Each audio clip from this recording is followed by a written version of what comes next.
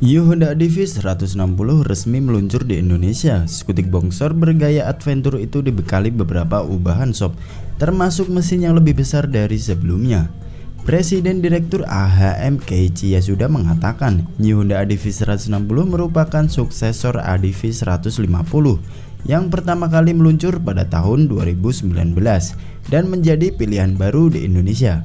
Nah, di sini kita akan membahas kelebihan dan kekurangan Honda ADV 160 secara kooperatif agar kalian tahu lebih jauh apa sih plus minusnya sebelum dibeli. Berikut ulasannya sob.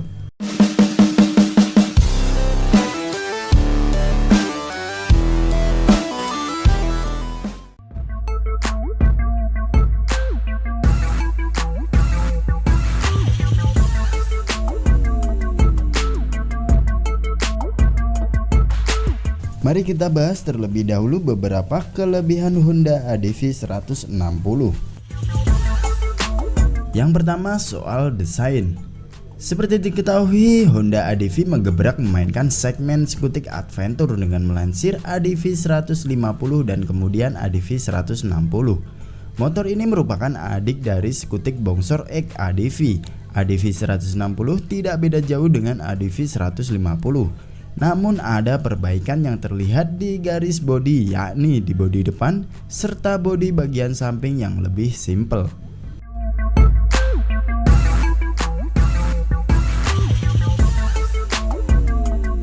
Fitur ADV 160 punya beberapa fitur baru agar lebih sangar sob.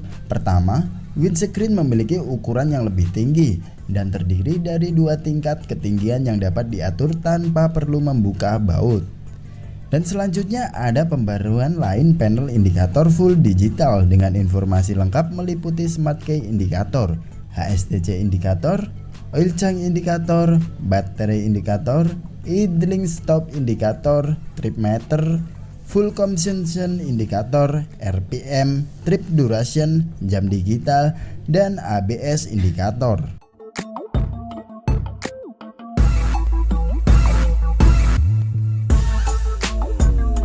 Kapasitas bagasi lebih besar, yang tadinya 28 liter menjadi 30 liter sob. Dapat digunakan untuk memasukkan helm dan barang-barang lainnya untuk mendukung aktivitas sehari-hari.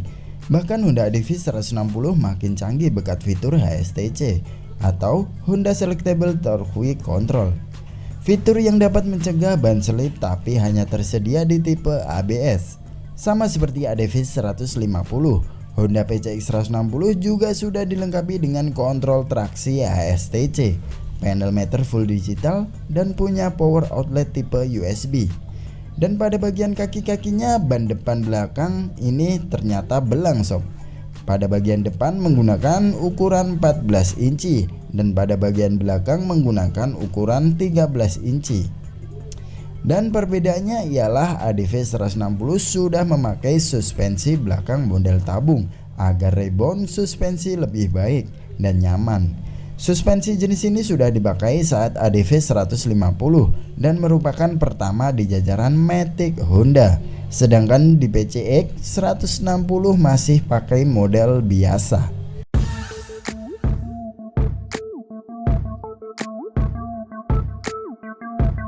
Mesin Honda ADV 160 didukung mesin ESP 160cc 4 katup berbandingin cairan dengan sistem pembakaran injeksi PGM-FI yang pada dasarnya serupa punya PCX 160.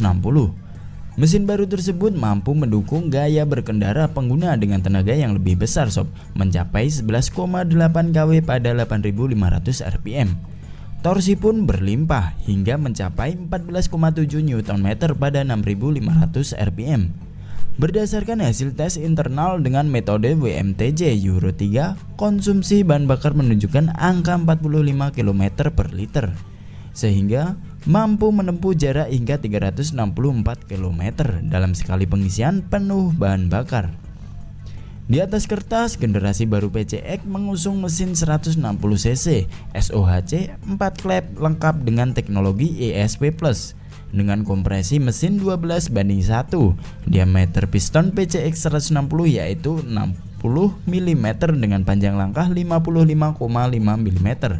Hasilnya tenaga yang dikeluarkan PCX 160 juga lebih besar, mencapai 16,1 TK pada 8.500 rpm dan torsinya mencapai 15, Nm pada 6.500 rpm.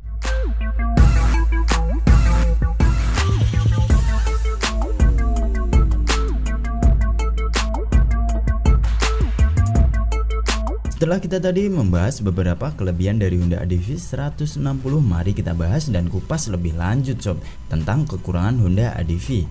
Nah, berikut ini 6 kekurangan motor Honda ADV 160 yang wajib kalian ketahui. Konsep desain. Konsep bodi motor Honda ADV 160 masih menggunakan konsep yang lama sob, dimana kalau dilihat dari depan dan belakang bisa dikatakan 80% sama seperti model sebelumnya, yakni ADV 150. Seperti pada model headlamp yang dipertahankan dengan LED dan DRL nya, tidak ada perubahan. Sama halnya di bagian belakang, desain dan stop lamp dipertahankan alias nggak ada perubahan. Hanya saja ada perbedaan sedikit di bagian bodi samping yang lebih tajam dibandingkan versi yang lama. Bagian kaki-kaki. Pada bagian kaki-kaki juga tampak masih identik dengan Honda ADV 150 yang sama-sama menggunakan ban depan ukuran 110/80 ring 14, sedangkan untuk roda belakang 130/70. Sektor suspensi. Pada bagian depan masih menggunakan teleskopik dan suspensi belakang ganda yang sama seperti ADV 150. Sangat disayangkan juga untuk suspensi belakang pada ADV 160 ini malah lebih keras jika dibandingkan versi sebelumnya sob. Bobot motor.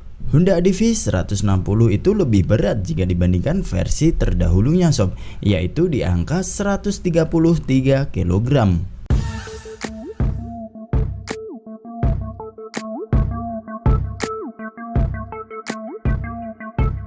Belum mendapatkan upgrade fitur konektivitas. Selanjutnya Honda ADV 160 ini ternyata juga masih belum mendapatkan upgrade fitur konektivitas dengan smartphone. Padahal dengan perkembangan teknologi saat ini banyak kompetitornya yang sudah menyematkan fitur konektivitas smartphone, seperti halnya Yamaha Aerox dan juga Yamaha NMAX.